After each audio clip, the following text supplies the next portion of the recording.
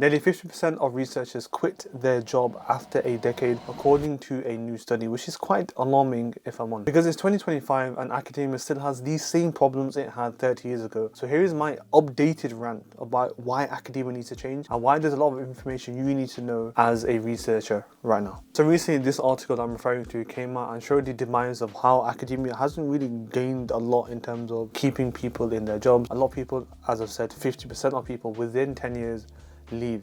And it raises the question as to what has got worse or what hasn't improved that you need to know as a researcher if you're applying for a PhD, or if you're doing a research degree right now, a master PhD, and you're thinking of going into academia. So here are some points that I think you need to know before you make that decision. Now, before I go into those problems, I want to mention two clear caveats, a good one and a bad one. So we'll start with the bad one first, which is within my fellow content creator friends, when we've all been through our PhDs, some like me started obviously a bit early on, some started now. Collectively, what I've seen from many of my friends, let's say 20, 25, if not 30, from different research institutes, from different countries, doing different research, all in the STEM field in terms of the lab work field, all of them have not stayed in academia either.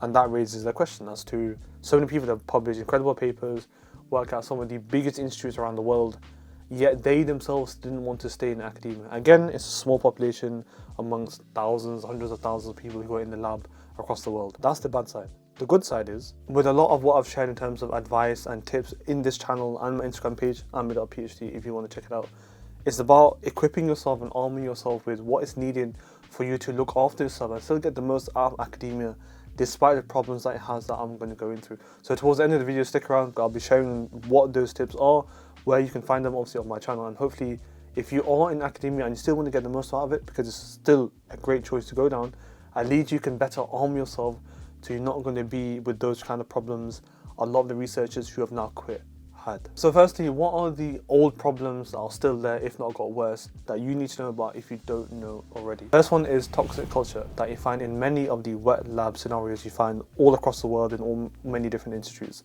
It is unfortunately very similar. And you're probably wondering, what do you mean by what toxic culture? What does that actually entail?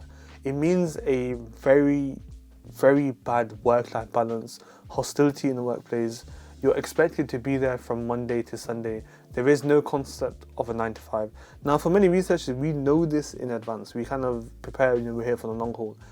But it's the persistence and consistency of that unsociable hours that becomes a problem long term. I'm the number one person to say, 9 to 5 doesn't make sense to me in terms of any job. Sometimes you can finish work within a couple of hours. Sometimes you might need the odd weekend or the odd late night to do something to get that deadline through or to push that because it's timely.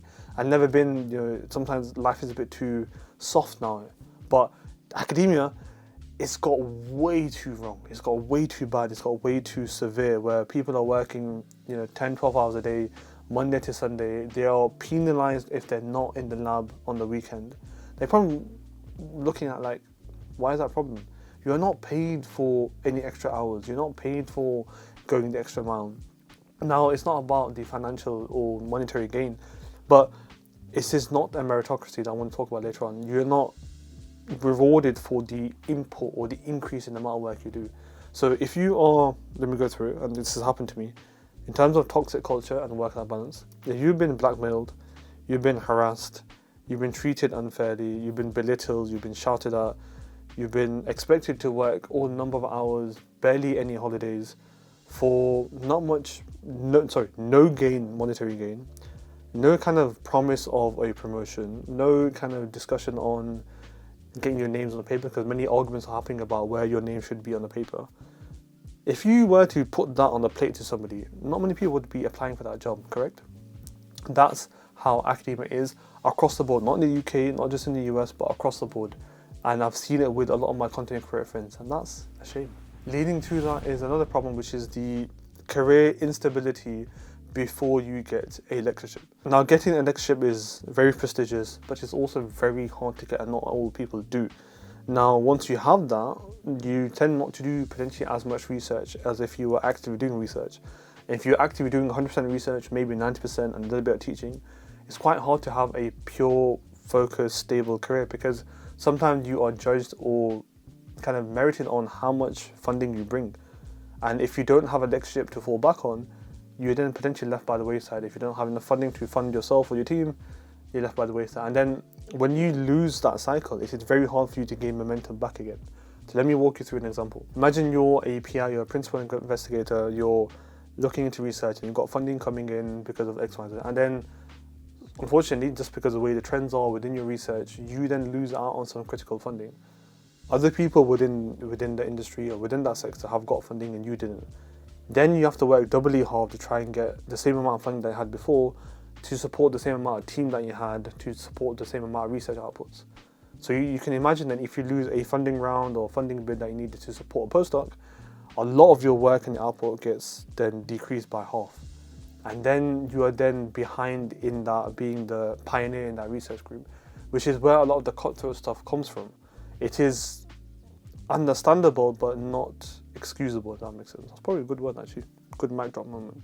It is understandable where the cutthroat stuff in academia comes from, but it is not excusable because of the way people are treated. So within that second problem is the notion of job security prior to getting a lectureship, where you're on 3-year postdocs, which it's hard to get a mortgage, hard to get a house, hard to get income, stable income long term, hard for you to plan for family maybe. The third problem is kind of these exclusive networks or cliques that you find within academia, where a lot of people will scratch each other's back, a lot of jobs are advertised for somebody already lined up, and then those who are coming from different cities or even countries are wasting their time. So a lot of this kind of exclusive network is a shame. You see this in the corporate world, you see this in generally all kind of job fields, but it is quite a problem within academia because you might see a lot of collaborations, but a lot of people are quite secretive in terms of access to machineries or access to things. Again, this is within the wet lab field. I actually learned recently, probably a couple of years ago, that within the sports science field, they actually need each other for participants, so it's more collaborative than you think. But within the STEM field, the wet lab work, unfortunately, it is not the same. So this exclusive network is good for them, that particular group, but then it causes kind of hostility between other research groups with the other members of the university, and then it's very hard for somebody to break through, especially if they're new career researchers. It's very hard to carve their own career where they have to navigate these exclusive relationships, and it becomes a lot of petty politics, which is a shame. Now, I did mention about meritocracy in terms of, you're not really judged on how much you put in, but sometimes it is not your fault, and this refers to another old problem, which is the rise and falls of certain disciplines. I want to share you a story from when I was doing my PhD, and before I started, the research group that I got into didn't have much funding, barely any to support my bench fees, so the lab consumables that I needed and the drugs that I needed to make the drugs that actually went into my PhD. That drug discovery research group was the richest, and what I mean by that is that they were the richest research group within the university. They were ordering thousands of pounds a week worth of consumables, they had a lot of funding, they had a breakthrough kind of drug that was interesting. But that wasn't sustainable because the way they handled that case with royalties and the companies meant that they lost out so much. So then they went from being the richest to being essentially kind of redundant. Not many people were in the research group. I wasn't technically classified as being part of the research group, and it went from being this big team of multiple postdocs and supervisors and professors and all that to being kind of barren. And it's weird because when I made a video about my last day in the lab, it's on my channel, you can check it out here. I went back to that same lab when I did a lot of my medicinal chemistry days in terms of work, and it just felt abandoned and barren, even though there's probably 1 or 2 people working there. Compared to groups and groups, it's a shame that the rise and fall is sometimes outside your control. So then how does that affect you in terms of job security unless you have a lectureship? So with that being said, what are the new problems that have come about in the past maybe a couple of years that makes it even more of a difficult scenario or a different culture to be in terms of academia?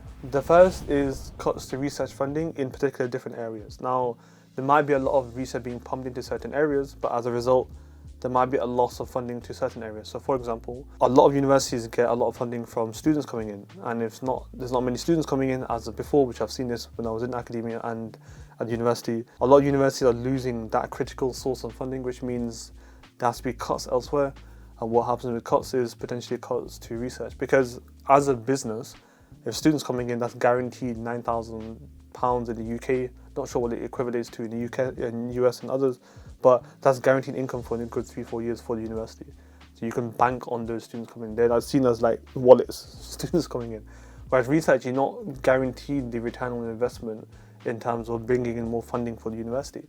So there are going to be more cuts to research, cost of living, less people going to university, more trends in towards more automation and AI potentially, which means more cuts to other areas of traditional research perhaps, and more research put into more dry lab work, which means, less funding is needed potentially. So all of these things make it difficult for you then to look at how can you push yourself and carve yourself out in terms of academia within kind of the traditional STEM fields. Because of that, another problem that arises, which is the increase in competition.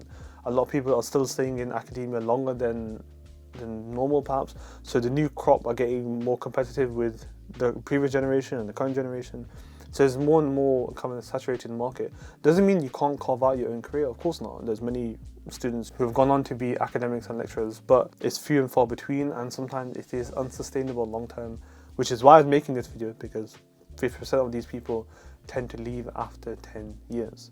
So within that point I was making, as I mentioned, the old problem, which is the increase in requirement for funding, the publish or perish culture, a lot of it then gets worse when there's increased competition, which is why I consider this kind of a new problem, because the competition is more severe than it was before. I think another problem that I've noticed that perhaps becoming worse and worse is this notion of more big data and monitoring, which is you can look at much and more metrics of what a researcher is producing in terms of outputs and what is seen as more citable or more impactful, let's say, and then as a result you can then determine which academics are worth more funding and not.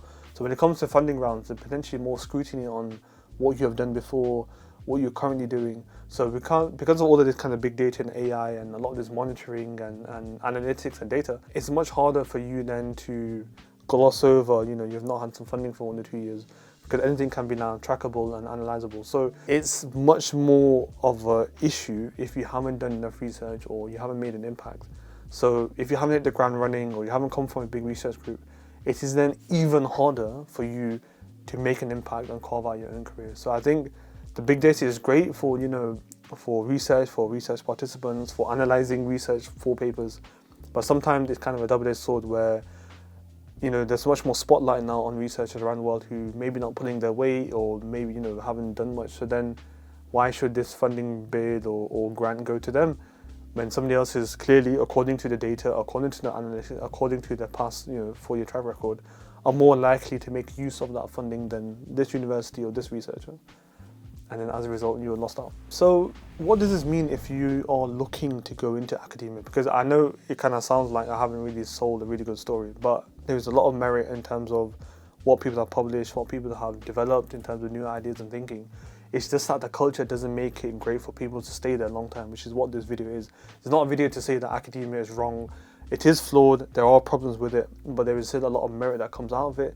It is just a shame that the problems make it very, very difficult for somebody to really enjoy staying in there, as opposed to potentially other career paths. So in terms of what I would advise for you, if you're looking to apply for a PhD to go into academia, or you're towards the end of your PhD and you're looking to potentially go into academia, here's what I would advise. Not just myself, there's many other content creators who have shared advices on how to prepare yourself in terms of gathering data, dealing with supervisors, protecting yourself in terms of issues, how to approach doing a PhD, how to navigate jobs and protect yourself compared to what other people do. All of these are useful supporting tools and tips that you should definitely take on massively in order to prepare yourself for the dangers that come around in terms of academia. So issues with supervisors, boundaries, respecting yourself, names on your papers, how you look after your data, how you write more effectively. You can make things more and more streamlined if you wanted to, using the AI tools that are now available, using the strategies that many of us have done whilst we were in academia that you can use now to make it easier for yourself, and then learn from the lessons that we went through in terms of issues that we had, that you can then circumnavigate because you now prepared yourselves from having a more better to-do list or calendar or system, whatever it might be.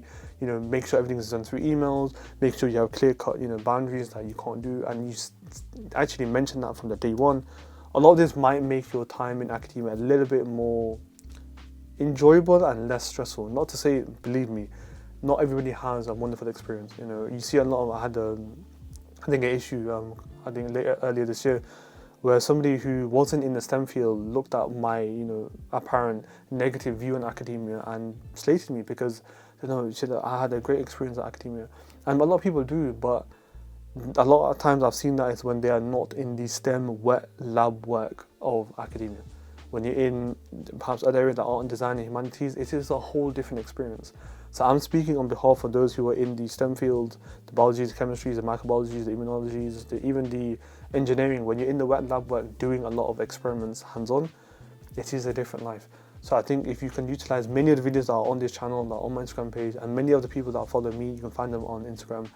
We've shared a lot of advice from our time that you can learn from to better equip yourself. So then at least you can get the most out of your PhD. Because that's one thing I want to try to do on this channel, is to help you get the most out of your PhD with a lot of advice that I share, a lot of the lessons that I'm doing.